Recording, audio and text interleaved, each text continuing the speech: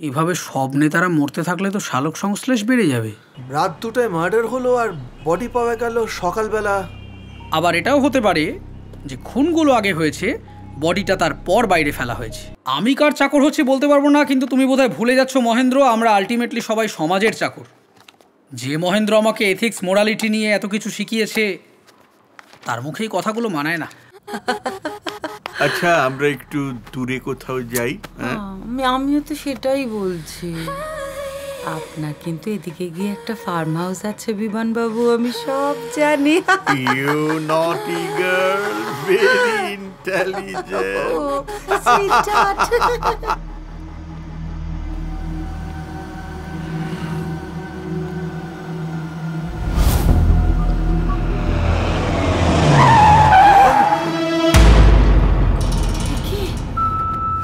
এটা কি? এসব কি হচ্ছে বিমান বাবু? ভীষণ ভয় করছে। আপনি জান কি সামলান। আপনি দাঁড়াও, তুমি শান্ত হয়ে বসো। আমি আসছি, তুমি শান্ত হয়ে বসো।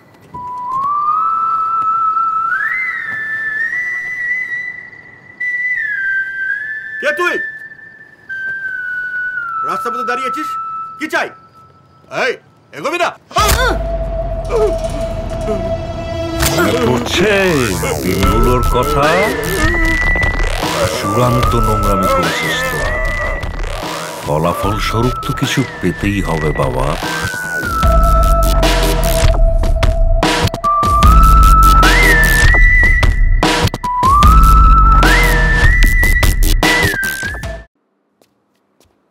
কি ব্যাপার লকাবাবু, হঠাৎ একা একা দাবা খেলা হচ্ছে? কি ব্যাপার? বোঝার চেষ্টা করছি কিভাবে একটা বোর্ডে মন্ত্রীগুলোর কিস্তিমাত করছে। বুঝতে পারছো না তাই তো? প্রবলেমটা হচ্ছে তুমি না কমপ্লিটলি পুলিশের চাকর হয়ে যাচ্ছ। আমি কার চাকর হচ্ছে বলতে পারবো না, কিন্তু তুমি বোধহয় ভুলে যাচ্ছ মহেন্দ্র, আমরা আলটিমেটলি সবাই সমাজের চাকর। যে মহেন্দ্র আমাকে এথিক্স মোরালিটি নিয়ে এত কিছু শিখিয়েছে, তার মুখেই কথাগুলো মানায় না। আচ্ছা বেশ, তুমি আমাকে বলো, তুমি যে থানায় গিয়েছিলে কি করলে?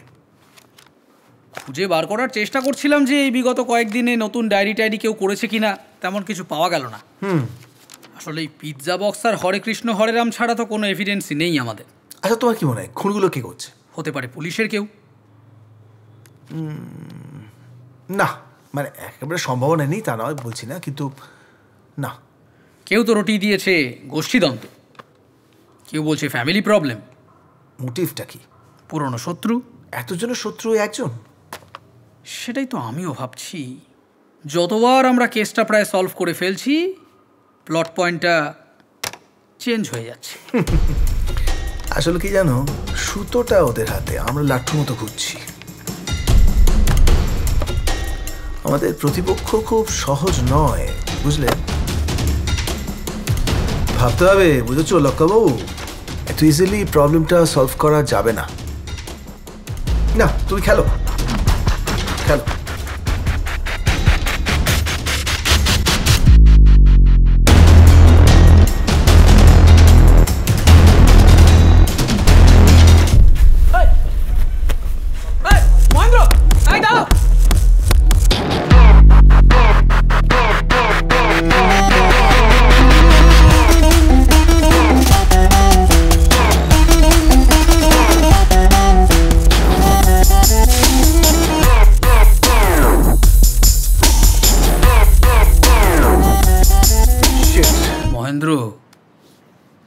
এভাবে সব নেতারা মরতে থাকলে তো শালক সংশ্লেষ বেড়ে যাবে।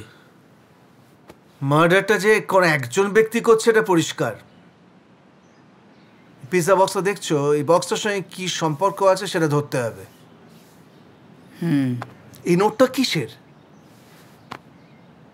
কি লেখা আছে দেখেছো? মহেন্দ্রবাবু আপনার বয়স হয়ে গেছে, আমাকে ধরতে পারবেন না।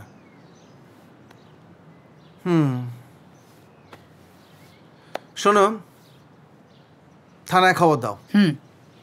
বলো একটা বডি পাওয়া গেছে। একটা জিনিস খেয়াল করেছো মহেন্দ্র? খুনগুলো রাতে 2টার পর হচ্ছে। এ কি, আমি এটা বলবো তুমি জানলে কি করে? তুমি যে ভাই লাশ পর্যবেক্ষণ করছিলে আর বারবার ঘড়ি দেখছিলে, যে কেউ বুঝতে পারতো।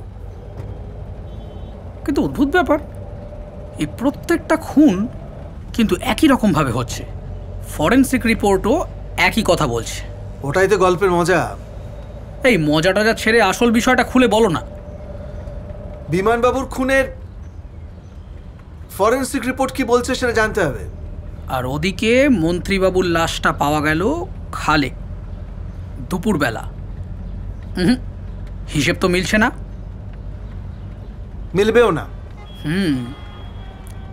আচ্ছা শোনো, আমাকে একটু আজকে আগে বেরোতে হবে, একটু ছেড়ে দাও আমাকে। কেন, পেট খারাপ নাকি?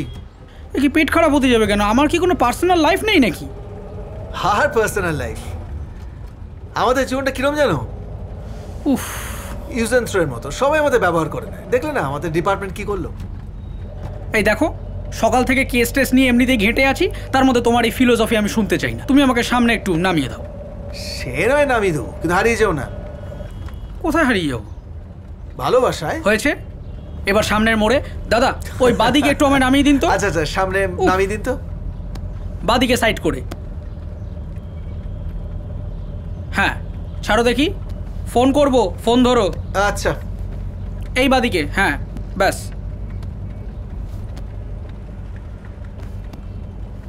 ব্যাস ব্যাস, এখানে।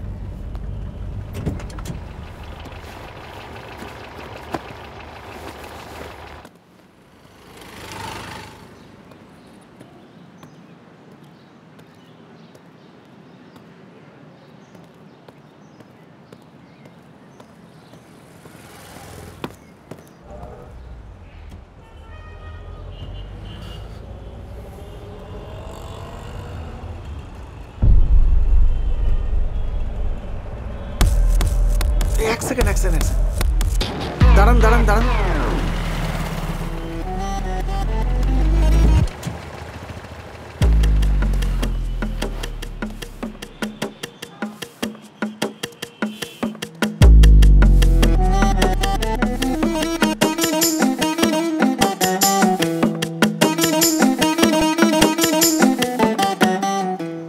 স্যার কেমন দেখতে জানলো, অথবা একটা ছবি থাকলেও হয়ে যেত।